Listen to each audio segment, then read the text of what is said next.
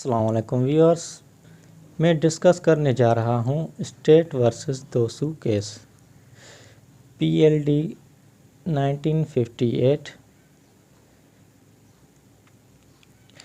अब इस केस को शुरू करने से पहले मैं इस केस का आपको इंट्रोडक्शन दूंगा। इसका मैं खुलासा बताऊंगा कि आखिर इस केस में हुआ क्या था। ये कॉन्स्टिट्यूशनल हिस्ट्री ऑफ पाकिस्तान का one of the famous case है। इस केस में हुआ ये था कि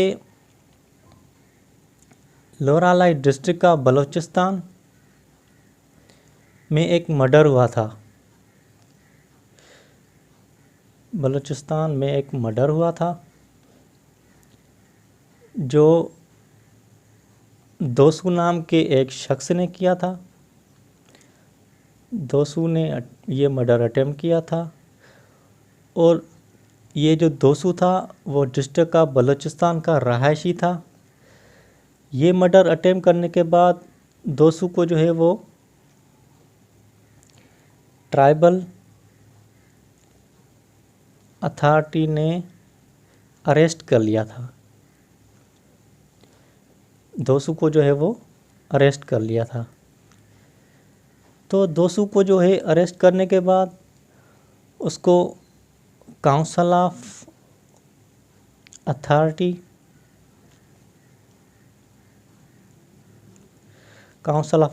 में वो उसको पेश किया गया था, जिसको लोया जिरगा भी कहा जाता है। आल्सो का लोया जिरगा कहा जाता था। वहाँ वो जिरगा सिस्टम था और जो ये काउंसिल ऑफ अथॉरिटी है वो अंडर FCR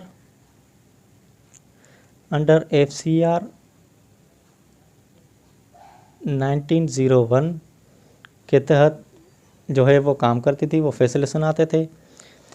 तो दोसू को वहाँ पेश करने के बाद लोया जिरगा ने जब दोसू का केस का फैसला सुनाते हुए उसको वो क्या फ़ैसला सुनाया, उसको वो डेथ पेनल्टी लगाती थी। दोसू को वो फांसी की सज़ा सुनाई दी थी। तो इस डिसीजन के बाद दोसू के जो रिलेटिव्स थे, रिलेटिव्स ऑफ दोसू, उन्होंने लाहौर हाई कोर्ट में पटिशन फाइल की थी।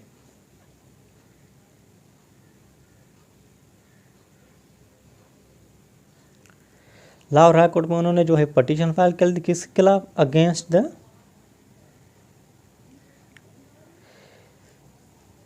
Decision of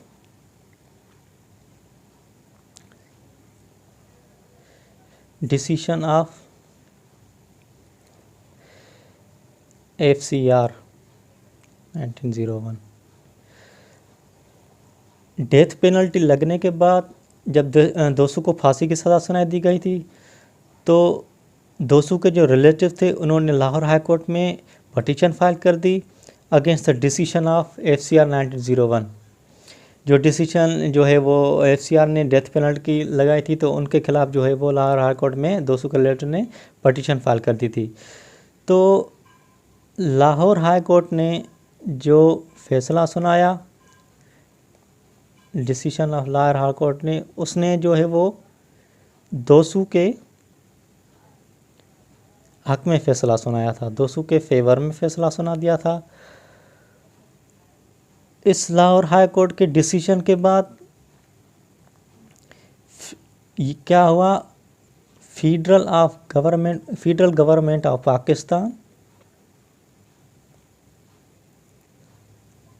government of Pakistan उन्होंने पटिशन फाइल कर दी।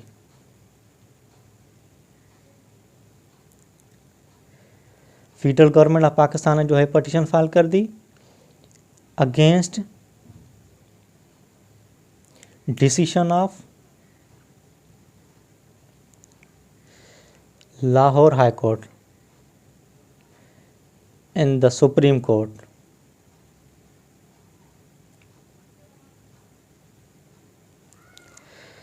लाहौर हाई कोर्ट के डिसीजन आने के बाद जो है फेडरल गवर्नमेंट ऑफ पाकिस्तान ने जो है वो पटिशन फाइल कर दी, जहाँ उसको जो है वो सुप्रीम कोर्ट में चैलेंज कर दिया। इस फैसले जो है उसको लाहौर हाई कोर्ट के फैसले को जो है वो सुप्रीम कोर्ट में चैलेंज कर दिया था। तो ये था इसका इंट्रोडक्शन। उसके बाद हम इसकी डिटेल में जाएंगे, डिटेल में बताएंगे कि आखिर इस केस में क्या हुआ था और ये सुप्रीम कोर्ट तक कैसे पहुंचा। तो इसका मैं फिर से जो है वो ओवरव्यू दे देता हूँ। स्टेट वर्सेस दोसू के इस केस में हुआ ये था कि एक मर्डर हुआ था जो लोरालाई डिस्ट्रिक्ट का बलूचिस्तान में हुआ था, और वो मर्डर अटेम्प्ट किसने किया था? दोसू नाम के एक शख्स ने अटेम्प्ट किया था।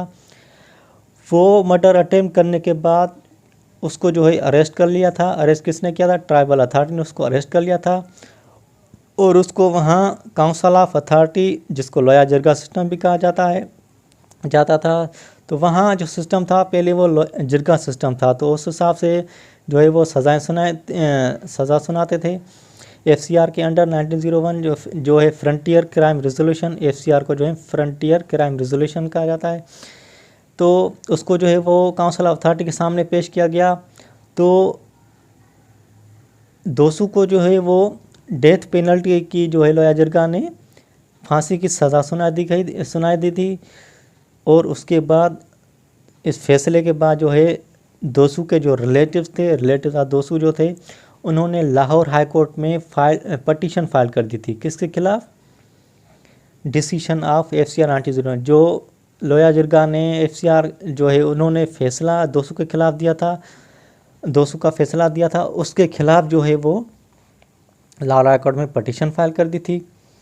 इस डिसीजन के बाद जो है वो इस जो है लाहौर हाई कोर्ट ने जो अपना डिसीजन दिया था वो दोसू के फेवर में दिया था। ठीक है, तो लाहौर हाई कोर्ट के डिसीजन आने के बाद क्या हुआ कि फेडरल गवर्नमेंट ऑफ पाकिस्तान ने इस लाहौर हाई कोर्ट के फैसले को जो है वो सुप्रीम कोर्ट में चैलेंज कर दिया था। ठीक है, ये था इसका इंट्रोडक्शन। अब इसकी डिटेल में जाएंगे। Murder committed murder.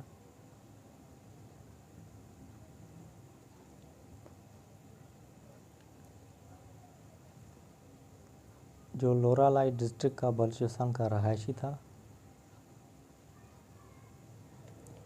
District of Balochistan,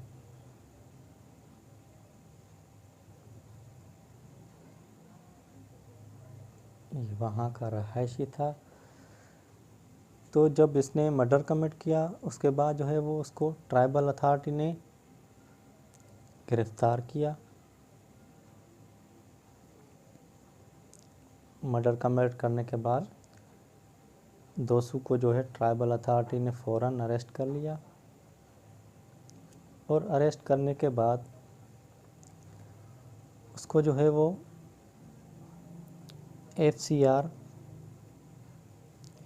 1901 के तहत सेक्शन 11 के तहत उसको जो है वो फांसी की सज़ा सुनाई दी गई थी।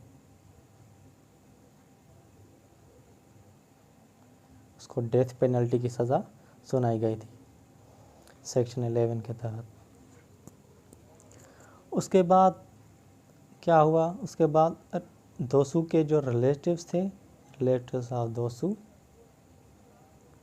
उन्होंने लाहौर हाई कोर्ट में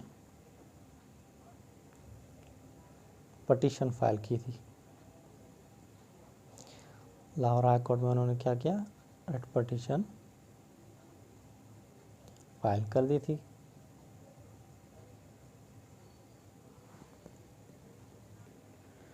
और ये किसके अगेंस्ट की थी? Against council of elders.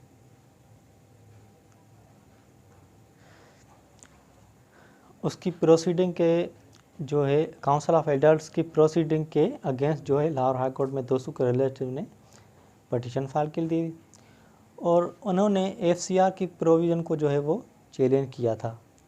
FCR की जो प्रोविजंस उसको जो है वो उन्होंने चैलेंज कर दिया था।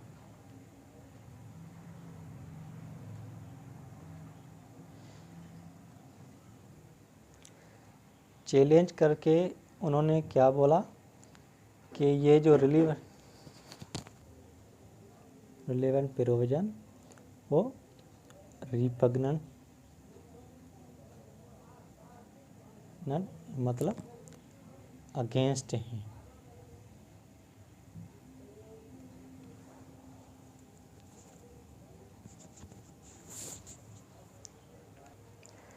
उन्होंने इक्विटी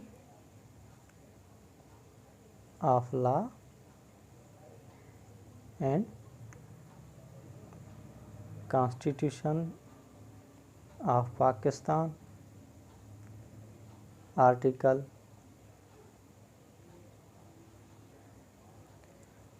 5 and 7 ऑफ 1956 को इस बिना पे उसको जो है वो चैलेंज कर दिया था। उसमें ये बताया गया कि इसमें किसी किस्म की जो है वो इक्विटी नहीं है। तो इसको जो है लाहौर हाई कोर्ट में चैलेंज करने के बाद लाहौर हाई कोर्ट ने जो अपना कहा कि FCR के जो रिलेवेंट प्रोविजन हैं, FCR के जो प्रोविजंस हैं वो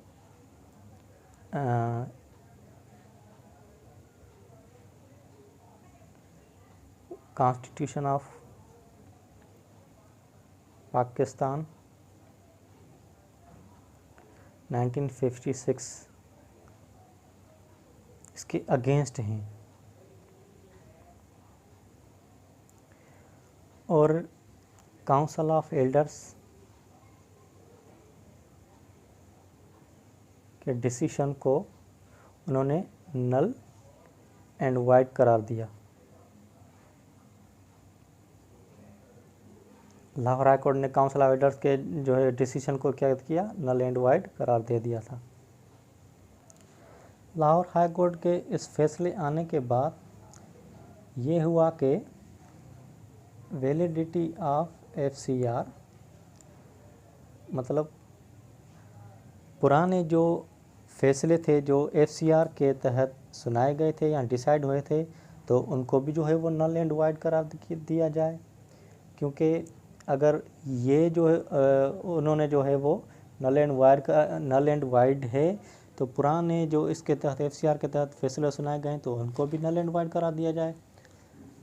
उसके बाद क्या हुआ कि फेडरल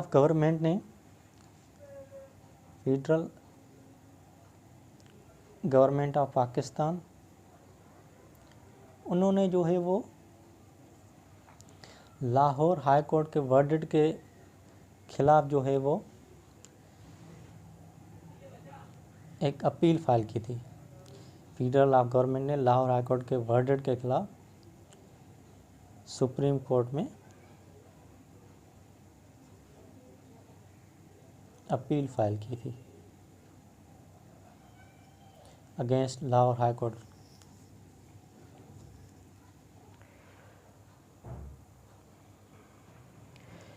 इस अपील फाइल करने के बाद सुप्रीम कोर्ट ने फैसला किया कि सुप्रीम कोर्ट ने कहा कि वो अपना जो है वो फैसला 13 अक्टूबर 1958 को जो है वो अपना फैसला सुनाएगी। लेकिन उसके बाद क्या हुआ कि 7 अक्टूबर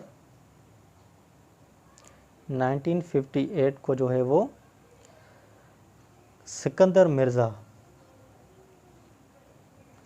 मिर्ज़ा ने जो उस वक्त प्रेसिडेंट ऑफ पाकिस्तान थे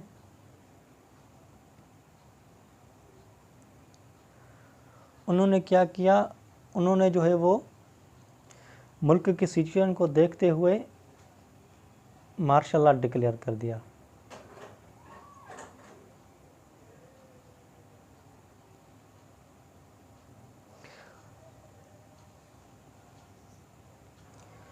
और साथ ही साथ अयूब खान को चीफ मार्शल लॉ एडमिनिस्ट्रेटर करार दे दिया था।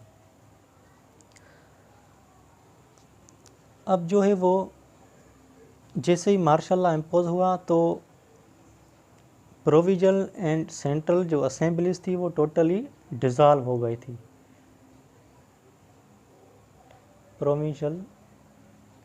Provisional and central assemblies totally क्या हो गई थी, टोटली डिज़ॉल्व हो गई थी। और 1956 का जो कॉन्स्टिट्यूशन था वो टोटली ख़त्म हो गया था। अब ये जो मुल्क था 1950 के तहत बिल्कुल भी नहीं चल रहा था। उसके बाद 11 अक्टूबर 1958 को जो है वो लॉज ऑफ कंटिन्यूअंस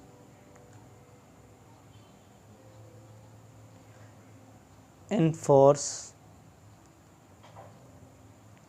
आर्डर इशू किया गया।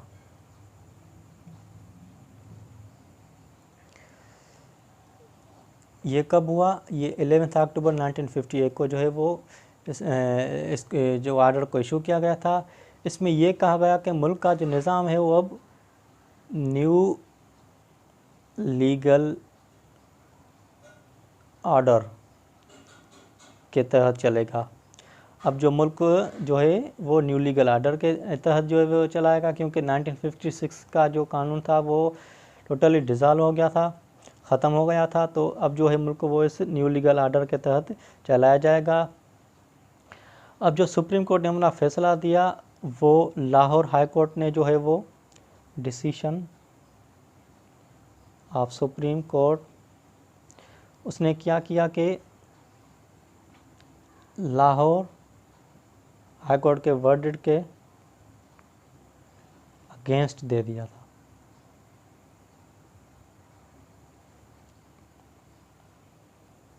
और ये जो फैसला था वो based on Kelsen theory of law था। और 58 का जो मार्शल लॉ था उसको लीगल करार दे दिया था। और साथ ही साथ ये भी कहा कि अब जो कंट्री को अब जो है वो न्यू लीगल ऑर्डर के तहत को कंट्री को जो है वो रन किया जाएगा। तो ये थी पूरे केस की जो है डिटेल समरी। दुआ में याद रखिएगा। बहुत शुक्रिया।